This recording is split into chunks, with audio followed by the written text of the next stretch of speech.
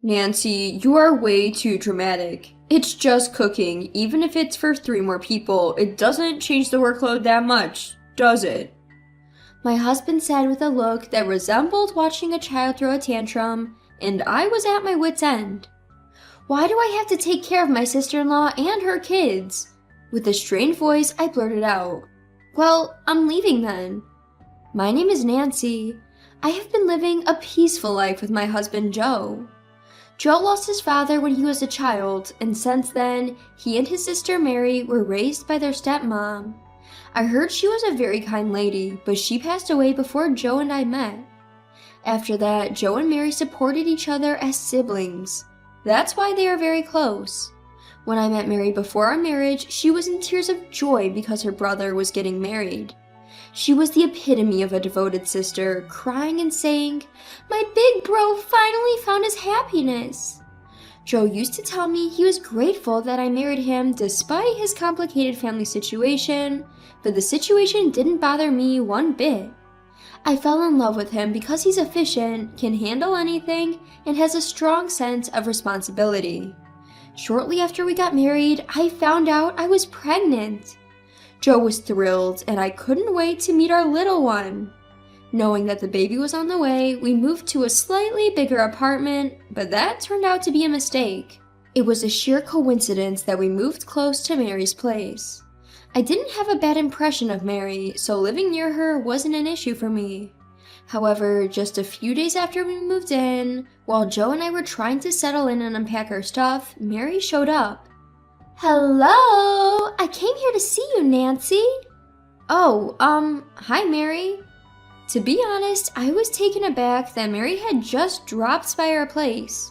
Even though we were family, isn't it common courtesy to at least call before showing up? As I pondered the difference between my common sense and hers, her kids burst from behind her and started roaming around the apartment. Mary got married way before Joe and I married each other and is the mother of twin boys. Her twins plopped themselves on the living room couch as if they owned the place and began playing video games, while Mary nonchalantly started snooping around the rooms. Even though this is her brother's place, isn't it odd to just go through each room without asking? As I was feeling uneasy, Mary raised her voice, sounding impressed. "Wow, you live in a nice place. Nancy, you're a stay-at-home wife, and just with my brother's income, huh?" Yeah? "That's nice. Joe is smart and earns well. My husband is the worst. He doesn't make much money, and he's not bright. I guess it's not good to marry for looks." She sighed. She blurted out loud enough for her twins to hear, bad-mouthing her husband. It was clear that Mary and I had completely different values. Realizing the situation, I mentally put a boundary between Mary and myself, but it seems that she was quite attached to me.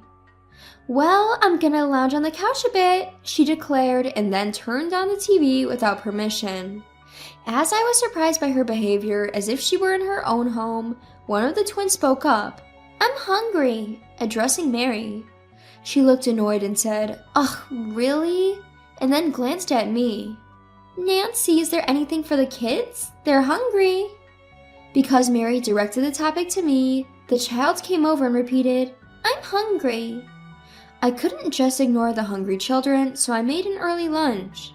Since we had leftover rice from the day before, I made some fried rice.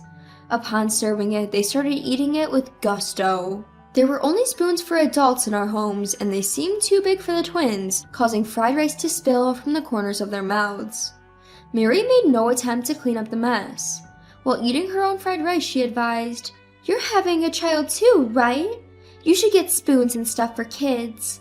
Her tone was rather condescending. Furthermore, she remarked, "Don't you think the fried rice portion is a bit small? It wasn't enough for me. Do you have anything else?" It's just Joe and me living here. Even the leftover rice wasn't that much. I was hungry too, but I handed all the fried rice to Mary and her children. Her audacity honestly made me angry. But she is Joe's only family. If things went sour between Mary and me, the one who would be hurt is Joe.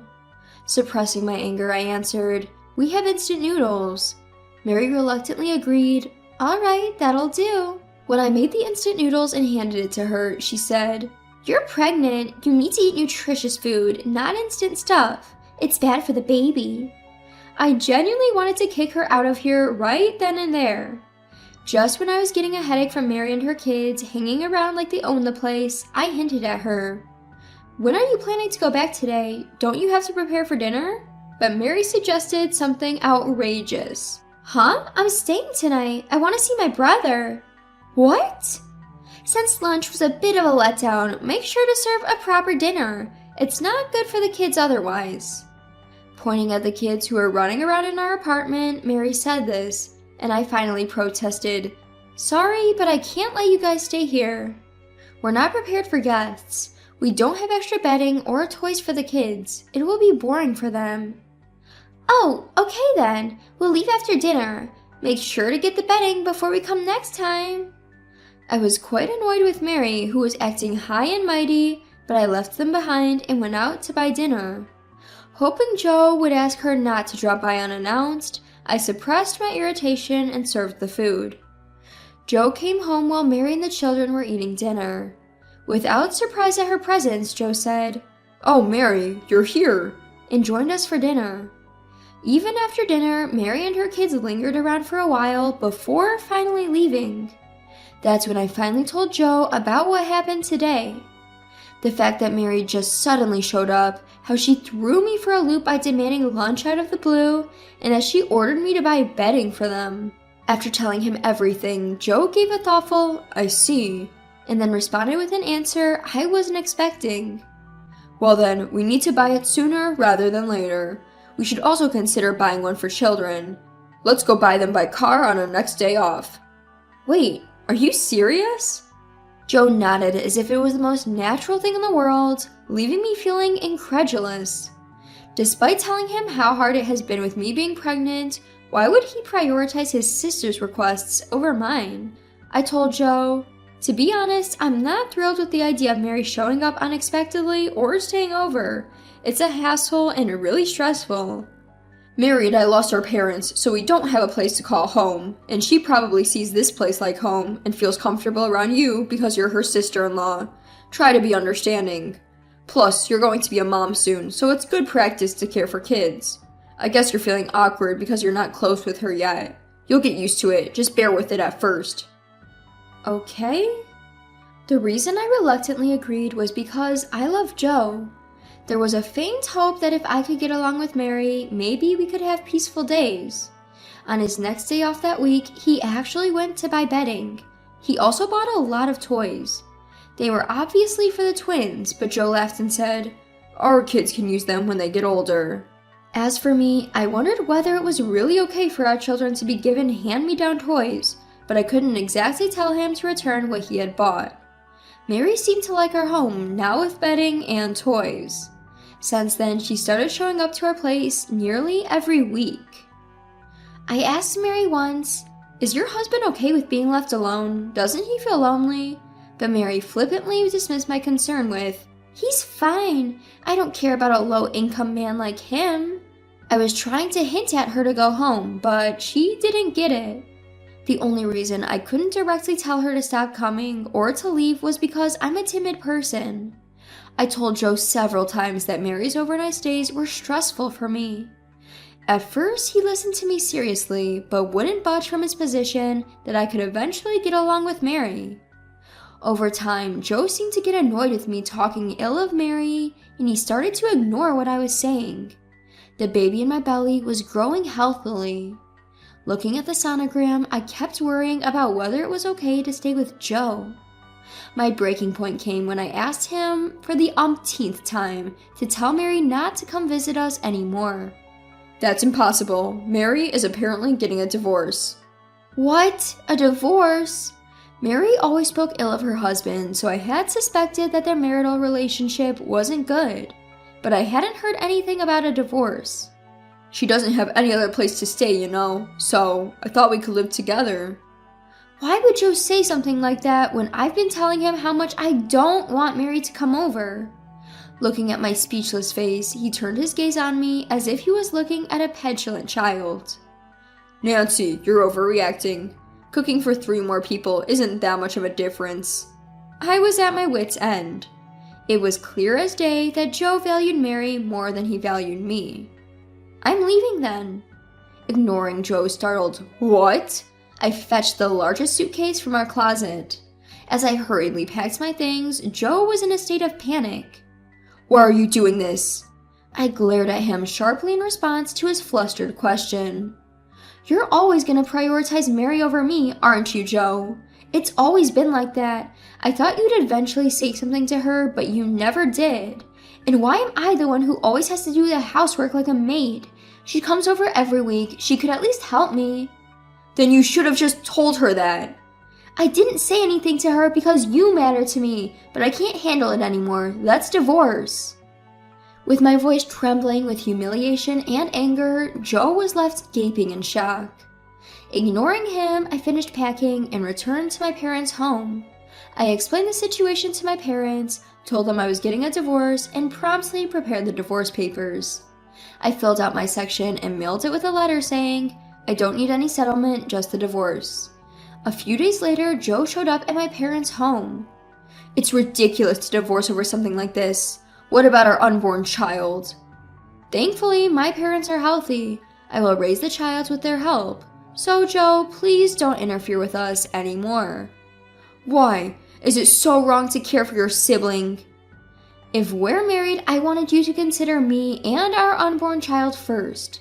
But in your world, Mary is always the most important. I can't be with you anymore, Joe." I coldly stated my intentions, and while Joe tried to persuade me otherwise, I did not change my mind about the divorce. In the end, a defeated Joe signed the divorce papers and left my parents' house. We were happy before Mary came to our home.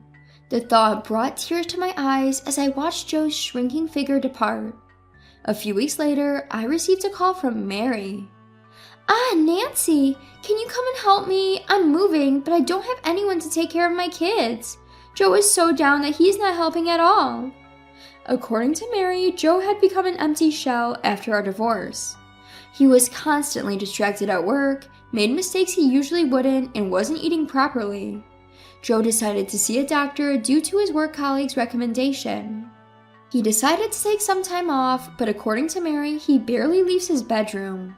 So, instead of her useless brother, she asked me to help with the move.